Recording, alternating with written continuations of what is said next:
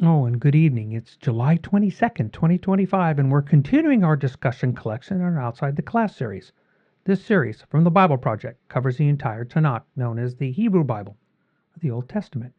Those source videos are available for your review on TheDustyFeet.com in the Outside the Class section.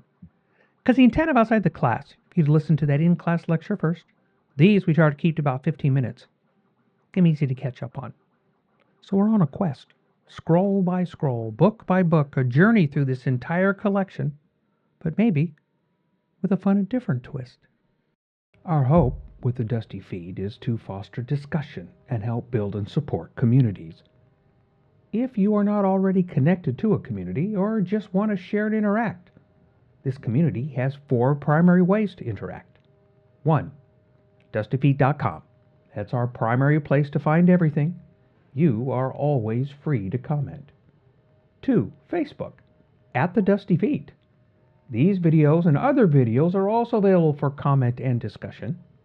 And 3. We have a Discord channel. The invite link is there below. Be vocal, be written, be loving. And 4, and as always, you are welcome to send an email to bob@thedustyfeet.com. These places, they will be moderated, and guidelines will be set to ensure healthy, safe discussion. And as always on the Dusty Feet, this is a place where we can safely explore the endless ways of God and the interconnection of His creation. Belief understandings may be challenged, divine misunderstandings may exist, and traditional teachings might falter as we pursue connection, context, and community with God and each other here in an environment of grace and love. And before we forget, if you find these kinds of podcasts useful, that's when you click that subscribe button. The reminders, they just help you. But also, if you think these might be useful to others, that is when you click that like button, because that is how YouTube chooses to share these to more people if they wish. So in this series, we're going to cover the entire TaNaK, right? The Old Testament, in the original order of the Hebrew Scriptures. Because remember, the videos we're going to discuss, they're just the tip of an iceberg. They're part of a learning series that I highly recommend, and all of them can be found on the Bible Project website. Because we're going to ask many questions about all kinds of things. Answers? We'll see. So, Samuel First Scrolls are part 14. So we've arrived at the famous story of David and Goliath. So that puts us in chapter 17 of 1 Samuel, and if you read this story on its own, it already has some fascinating things to look at. What we realize is that this fits inside a scroll. If you're listening to the story being told, because sometimes we get the feeling that I'm not sure the right word to use, but I'm going to use it anyways. I'm going to call it deja vu. Because what I mean by that is that we've already had many times throughout the scrolls where we've been covering things, and we've heard this before, or maybe the feeling that we already know this, so why are we seeing it again? Maybe that's the flip side of the deja vu meaning not the feeling that we've had this before, but maybe along the line of we have heard this before, and you wonder why it's being repeated. Maybe we need to miss a thought, or we're missing a thought. Because in this story, from the previous chapters we've been covering, right, David's already known by Saul. And I mean, it's literally at the end of the chapter before. He knows the points that we're going to get brought up in 17. So for me, it's just one of those little things to look at as I'm trying to put the sandals on of the people in the story as to what may be. Because maybe the purpose of telling the story is the way they're telling it. So let's begin by giving this a look, right? We'll start here, since it's probably one thing that we've come to embrace, yet it's still room for discussion, even in this little part. So get out your coffee and donuts. We're going to dive into the introduction of this engaging story. With 1 Samuel chapter 17, verse 1. Now the Philistines gathered their armies for battle.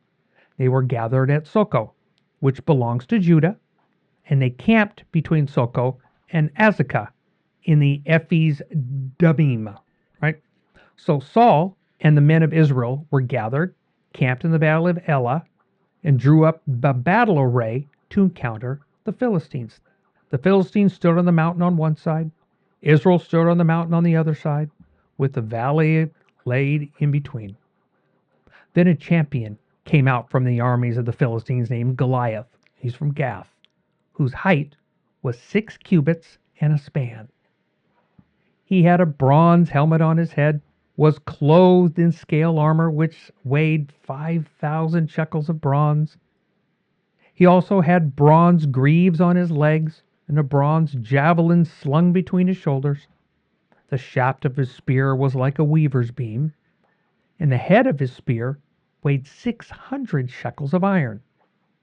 His shield carrier also walked before him. It always interests me when we read stories and we encounter measurements, weights, sizes, right? All within the context of the people that the stories are intended to be told, right? So we're in their context. They're going to understand this because this is even a cross-cultural issue. This is how they measured things. They weighed things and they conveyed those for other people. I mean, we have a bit of our own history where we talk about a foot. Right now, we standardize a foot as 12 inches.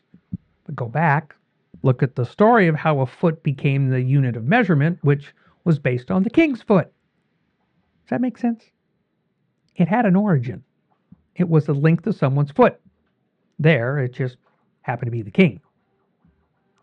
But here we have measurements such as cubits, shekels, as well as a reference to a beam, which was a description of his spear shaft. So all those have a history of where the origin of the measurement came from. And in cubit, it was a measurement of a forearm, right? Kind of like it's odd because we name a foot a foot. That's a joke. But in this, a cubit, it's the measurement of a forearm. So one of the things that gets me is that it's kind of amusing. It makes me chuckle anyways when I think about it. Because I think it's a typical story of a fisherman talking about the fish he caught, right? Or maybe the one that got away. As the story unfolds, the fish keeps getting bigger. I mean, we get the story, it's a big fish. Yep. But we've grown to, at least in our culture today anyway, we embrace the proclivities of the storyteller to embellish somewhat. Just part of the fun of the story. It's how social media works. But here, the cubit was a measure of the forearm. So I had fun. I measured my right forearm and it measured approximately 9 inches. Now, I'm not a particularly large fellow. I'm 5'8"-ish, and it's not like I'm 6 foot or even 7 foot. But for me, it ran about 9 inches. So if you take the measurement and then go, oh, wait, there's a span, right? The span is typically measured from the tip of the thumb to the tip of the pinky finger. And the span of the hand, we know that people had varying hand sizes, so that's up for debate. Although we only have one span, so there's some wiggle room there. But it was fun for me to research the average height of people in biblical times. And of course, we're not going to get that from the text, right? We're not going to read that in Scripture. It's not going to come. It has to come from extra biblical efforts, as in archaeological findings, skeletal measurements, those kind of things. They give us some idea. They gave an average height of 5'3". That doesn't surprise me at all. It would make a point that somebody like Saul, who's head and shoulders above everybody, right? So even if he were 6 foot, right, he'd still be a huge guy at 6 feet. And we know Saul is no slouch, but Goliath is 6 cubits and a span tall. So we get to the practicality of the fish story and a bit of research, and it'll give us some idea. The cubit developed into something between 8 and 14 inches. And it's interesting when you figure that if the average height of somebody is 5'3", and it seems a bit of a long stretch to have that long a cubit, but at least for the forearm of someone. However, if we take the larger end of the cubit, we still get 14 inches times 6 equals 84. 7 feet. Now, I've been in studies. I've been listening to people tell the story, and they tell the story of Goliath, this 9 foot, 11 inch tall fish keeps getting bigger. Makes it more prodigious. It's great for the storyteller. My question is that actually the story? We tend to do this in Scripture more than once. This is but one small example that we have of something that's been told, shared, then we look back look into and find out that, yeah, he's a big guy. I mean, 7 foot now is a big guy. I think we can all agree that a 7 foot is a big guy. But I'd say if your average was 5'3", then 7 foot might even be a huge guy. Still, he's not 10 feet tall. Understand? And we get to shekels. The latter's worth exploring. I recommend taking a look. It mentions that his armor weighed roughly 140 pounds based on the shekel weight. And I'm being a little liberal. It's a little lower than that. But let's keep it around 140 pounds. That's a lot to carry. I mean, I've been in the military, and sometimes you have to have a rucksack to put some stuff in those sacks, which can weigh many pounds. It was never 140. I'm even today with helmets, bulletproof vests, ammunition. Still doesn't weigh 130 pounds for the average soldier. So we know he's a big guy. And we know he's probably a little beefy. And we know that Saul, as big as he is, right? Remember, he's the king that these people wanted. He's the king they want to follow. And this king, even his size, head and shoulders above the rest, he's still not willing to go up against this guy. And again, to remember, this is about hand-to-hand combat. So there's a lot that's expected. Like maybe Saul's the real target of this taunt, right? Because Saul's big. He's not as big as Goliath, but he's still big. Is he willing to back that up, right? Mano-a-mano, hand-to-hand combat. Goliath knew it. The cultures knew it. And that's Goliath issuing his famous taunt. So we get to verse 8. He stood, shouted to the ranks of Israel, and he said to them, "Why do you come out to draw up the battle array? Am I not the Philistine, and you the servants of Saul? Choose a man for yourselves, and let him come down to me. And if he can fight with me and kill me, then we will become your servants. But if I prevail against him and kill him, then you shall become our servants and serve us." Again, the Philistine said, "I defy the ranks of Israel this day. Give me a man that we may fight together." When Saul and all of Israel heard the words of the Philistine, they were dismayed and terrified. So we get this type of single combat. Now, we see this a lot in movies that we watch. Well, okay, I've watched. I shouldn't put that on y'all. But in these battle movies, you often hear about your champion against my champion. The winner takes all. The loser has to be subject to whatever details of the particular battle they were supposed to be for.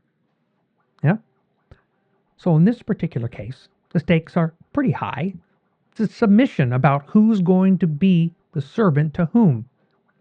Not just one man to another, but one nation to another.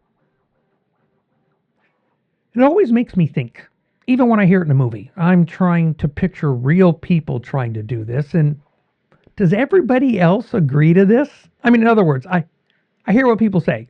The leaders make this particular deal about a fight, but this is still a group of people who might think it doesn't sound like such a good idea. Maybe they disagree with it. Who knows?